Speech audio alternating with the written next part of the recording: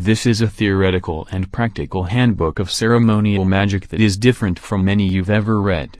The magic this book teaches was reconstructed and rectified from authentic ancient sources, reinterpreted in modern psychological terms and brought to life by powerful hypnotic techniques. This system was developed by and for imaginative people who are not natural psychics. I have written the Book of Solomon Magic for those special individuals in the broader neo-romantic community who seek the ultimate spiritual intellectual adventure. If you have ever yearned to be a wizard or an enchantress in the grand old medieval, Renaissance tradition, but were put off by the bric-a-brac of Victorian occultism while finding yourself underwhelmed by the two current neo-pagan and New Age alternatives, then this is the book for you. This book, and our accompanying video, The Magic of Solomon, will show you how to invoke holy angels and then summon ancient goddesses, gods, fallen angels and even hell-bound demons to visible appearance. You will be in direct communication with these mighty beings. The methods I will teach you are absolutely authentic and remarkably effective. Before we go any further, I want to make two things very clear. First, I am not going to insult your intelligence by providing you with an oversimplified cookbook filled with nothing but training exercises, scrying techniques and warmed-over rituals culled from 19th century sources. Certainly the training exercises for our special invocation and evocation methods, the rituals, the practical information and the references you will need are all here, but I am also giving you the history, the philosophy and the theory behind this powerful system. There are some forms of shamanism where the practitioner is permitted to be, or even expected to be, illiterate. Our tradition is quite the opposite.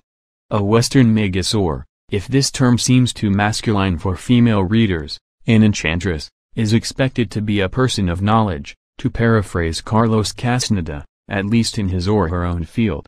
Remember that our mythological avatar, King Solomon, was noted for his wisdom. With that in mind, I sincerely hope that you will find the background material I've presented on Carl Jung's theories, Hermetic philosophy, Kabbalah, hypnosis and yoga to be too condensed and obviously introductory. You are expected to consult the works I have recommended in the study guide. Don't let anyone tell you that you don't need this knowledge to be a Western magician. You do. You may also contact me directly. In fact, if you are going to seriously pursue this system, I definitely want to hear from you. 3. Now that we are clear on that, there is one other thing I must warn you about before you begin. If you successfully complete this program, you will not be the same person you were when you started. Once you have experienced these wonders, you may return to the mediocrity of everyday life, but your mind and soul will range in realms beyond. You will be transformed forever into one of the far-seeing people. 2. You may never be able to share what you know with those you love, and you may not even wish to. Solomon's magic opens a door into the starry gulfs of eternity. Once you have passed through that door, and it closes behind you, there is no going back. We might say that the ordinary person knows only the short span from birth to death, while the magus understands that this life adds one more skull to a necklace that must eventually be valued like a jeweler would appraise a string of pearls. There are very few people who would be willing to pay the price I paid to learn these ancient, secret methods. In 1969 I nearly lost my life and my sanity discovering and perfecting these techniques. I am one of a handful of practicing and teaching magicians in the Western world. Certainly there are those in our select fraternity who are more erudite than I am, more qualified in Kabbalistic, astrological and alchemical studies, but the power to summon the spirits to visible appearance is the mark of the thaumaturgist. That is the portion of the sacred art which divine providence has assigned me to expound, and no one can teach you more about that aspect of Solomon's magic than I can. In recent years this mission has taken on a special urgency because the ancient secret of conjuration to visible appearance in goetic evocation that I rediscovered in 1969, the dark mirror facial reflection distortion phenomenon, has since been pirated, oversimplified, mass-marketed and finally popularized to the level of a Ouija-registered board session. As with the Ouija board, which was also based on the rediscovery of an ancient magical secret, commercialization can lead to frivolous misuse. Without proper training and a knowledge of what for you are doing, The use of the powerful dark mirror facial reflection distortion technique to summon spirits can seem as capricious and apparently trivial as Mr. Fold's talking board. Ouija has been called the most dangerous game, but that may have to be corrected. Likening the perils of the talking board to those of the dark mirror is like comparing a trip to the zoo with a hunting safari in Africa, or firecrackers with dynamite.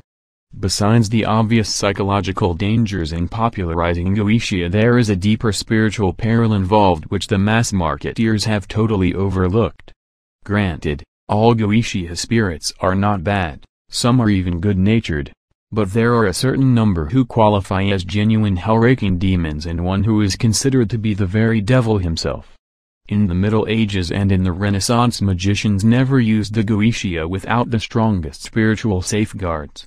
They depended on their faith in God and His holy names to protect them when dealing with the rebellious spirits. Today we don't have that vital reservoir of faith to draw from, so we must re-establish our link with the divine and re-empower our spiritual guardians in order to give us a truly balanced magical system. This is why the angelical model must be worked in direct conjunction with the Ouija. For this reason I have gone to considerable lengths to rectify and unify these two basically complementary Leamington systems. When you combine the secret of the dark mirror with the lost art of angelic invocation into the crystal shoestone, you have empowered the magic of Solomon to yield the full measure of its ancient promise. Even if you are steeped in the lore of Western occultism and still have not attained your goal of becoming a magus or enchantress, because you were not born clairvoyant, this is the book that will make those dreams come true. Certainly you'll have to work and study, but if this is the right path for you, the work will be rewarding and the study will be nourishment for your mind and your soul. 5. I assure you is that there are no drugs, drastic fasting regimens or dangerous yoga practices involved in the system. Providing you are in good mental and physical health, are at least 18 years of age, and able to understand the concepts and the instructions, you should have nothing to fear from this program other than the profound transformation of which you have already been warned. You will need to master self-hypnosis and develop the ability of fixed concentration, the yoga of Introduccion. Once you have properly trained yourself, you will be able to perform one of these grand operations of Solomon's magic in less than an hour's time by yourself or with friends who have undergone the same training. You will be able to instruct others and start your own lodge of magicians, or remain a solitary master or mistress of this ancient art. You might even wish to affiliate with our brothers and sisters of the Ordo Templius Arts, America's oldest continually operating ritual magic lodge, and learn what lies beyond Solomon's Art of Kings. The choice is entirely yours because I have provided everything you need to start you off in this book and in our documentary video, The Magic of Solomon. But before we begin, let's make sure that we agree on what high magic, or art magic, to use Max Thean's term, really is and what sort of people wizards and sorceresses are, or should want to be. This is very important. First let us state what magic is not, or should not, be. High magic does not, or should not, grant the power to dominate and or exploit others. In spite of its Arabian Nights glamour, we cannot claim that it will help you win lotteries, sweepstakes or make big money in the commodities market. Magic should not be thought of as a push-button technology that directs impersonal energies, neither should it be used as a personal empowerment system to help one climb a corporate ladder and dazzle the opposite sex. If conscientiously pursued, the art should actually achieve the opposite effect by lead-sexing you to what you really need rather than giving you what you think you want. So what is Solomon's magic? The magician Dion Fortune gave us a concise definition of magic as the art of causing changes in consciousness to occur in accordance with the will. This presupposes that you understand the meaning of the term art, because high magic is first, last and always an art. Magic is an art form. If we need to get technical about it, we could call it a composite art form similar to grand opera. Consider the artistic elements in a magical operation. We have the stage set, our temple, or our outdoor henge. We have the costuming, our robes, lemons, etc. There are the props, the circle, altar, crystal ball, triangle, dark mirror, swords, wands and pentacles. We create a theatrical atmosphere, Candlelight flickers through tendrils of exotic incense, a gong reverberates, bells chime, drums throb while the slow-motion dream dance around the circle is accompanied by a droning chant, followed by conjurations in Shakespearean style delivered in hypnotic tones. Of course, Solomon's magic is more than just good theater, but good theater is its starting point. It uses that sense of fascinated detachment you experience at a well-staged theatrical production or at an impressive church service as a gateway into an altered state of consciousness in which your waking mind and your deep mind are in communication. This is our unique Western shamanic experience.